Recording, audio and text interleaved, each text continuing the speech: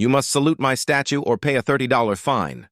Karen Walker had officially crossed every line of sanity in Cedar Creek Estates, turning her years of HOA micromanagement into a full-blown reign of absurdity. Everyone in the neighborhood had tolerated her overbearing inspections, her unsolicited lectures on mailbox colors, grass height, and perfectly aligned garden gnomes. But this was the day it escalated to a level that could only be described as pure, unfiltered chaos. It all started when the HOA board, led by the perpetually timid Greg Thompson and his equally clueless wife Lisa, presented her with a polished wooden plaque that read, "For keeping the community peace." To them, it was a simple token of appreciation. To Karen, it was a divine mandate, a magical scepter of authority passed into her meticulously manicured hands. She held it like it was the key to ruling not just the neighborhood but the world. I, Ethan Carter, should have known then that the quiet days were over, that the streets lined with perfectly mowed lawns were about to become the stage for her latest, most absurd performance yet. Weeks later, walking past the HOA meeting hall, I froze. Standing proudly on the front lawn in all her marble glory was a life-size statue of Karen herself. Hands on her hips, chin raised, eyes forward, as if she had just discovered fire and was challenging the sun to rise. Neighbors gathered around, whispering, taking photos, some grinning like it was a new normal. I blinked twice, certain my eyes were deceiving me. But no, it was real. Karen had commissioned a full-blown marble statue of herself, and worse, she looked pleased. With sunglasses perched on her nose and a wave fit for a celebrity parade, she asked, "Do you love it?" My first instinct was to choke on my coffee. Love it? Lady, it's terrifying and completely unnecessary. But the true horror began the next morning.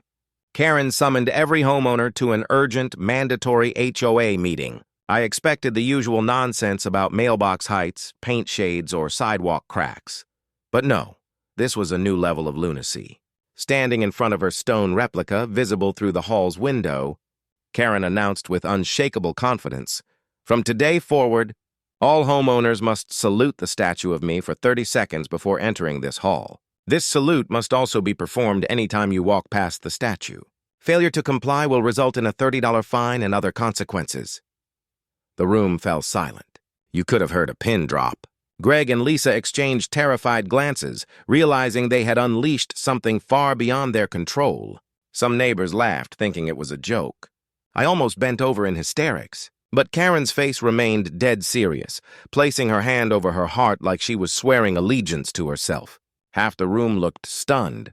Half looked like they might actually comply. Mr. Johnson, a man with 2 master's degrees, saluted stiffly, as if reporting to a stone commander, while teenagers giggled nervously, raising their hands just to avoid fines. Even Mrs. Riley, normally unshakable, caved after receiving 2 $30 violation notices in one day. Meanwhile, I refused. I walked past with my head high, silently raising both middle fingers in defiance. And that's when the fines started piling up. 1, then 3, then 7 notices stamped bright red, all labeled non-compliant homeowner.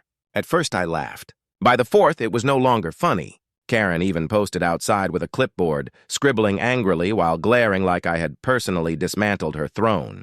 I realized if I was the last sane person left in Cedar Creek Estates, it was up to me to act. I called Marcus, a demolition contractor who owed me a favor from last year. At dawn, 2 days later, Marcus arrived with a massive bulldozer.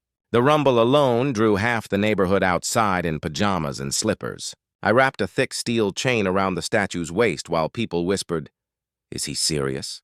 Marcus revved the engine. The chain tightened.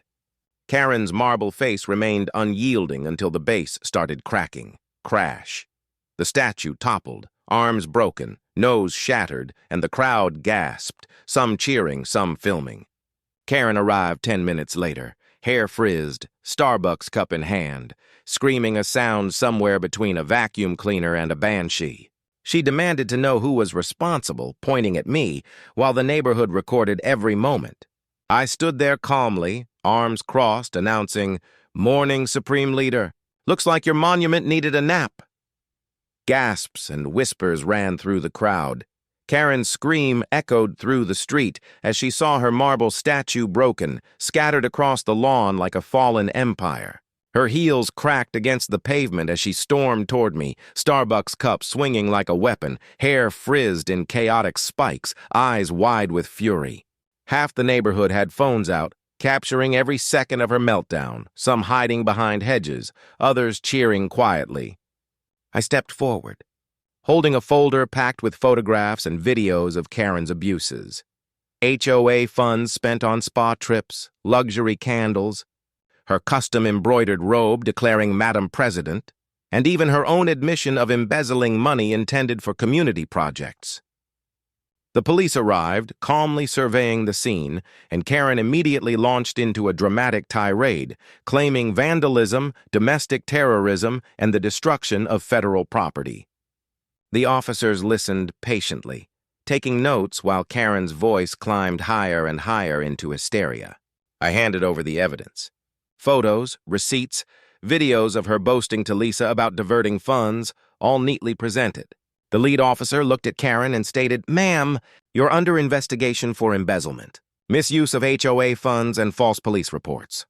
Karen froze, the blood draining from her face faster than any HOA rule could ever enforce. The crowd erupted, some cheering, some continuing to film the spectacle for posterity.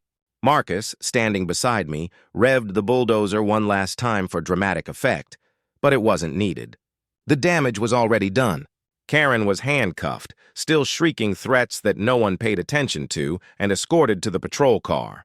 The neighborhood exhaled collectively, a long-held tension finally released. No more mandatory salutes, no more $30 fines, no more tyrannical speeches about lawn decorum. The broken marble statue lay in the grass, sun glinting off the jagged edges, a symbol of the collapse of absurdity.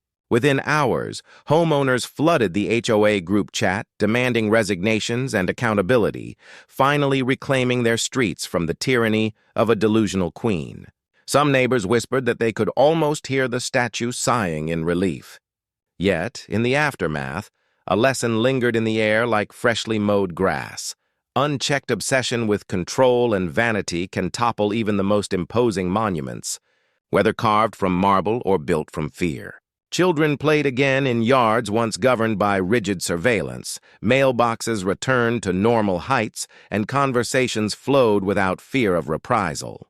Even the board, Greg and Lisa, cautiously smiled as they accepted responsibility for enabling Karen's madness, promising to institute checks and balances. For me, standing there with Marcus, surveying the neighborhood restored to normalcy, it was surreal. One moment, the streets were a stage for chaos and cult-like obedience. The next, they were peaceful, almost idyllic again. Yet, the memory of the statue, Karen's commands, and the absurdity of it all would linger in everyone's minds for years to come. It was a story of power, hubris, and poetic justice wrapped in a suburban drama too unbelievable to be entirely fictional. And in the end, the moral was clear. No matter how high someone builds themselves up, arrogance built on delusion will always crumble.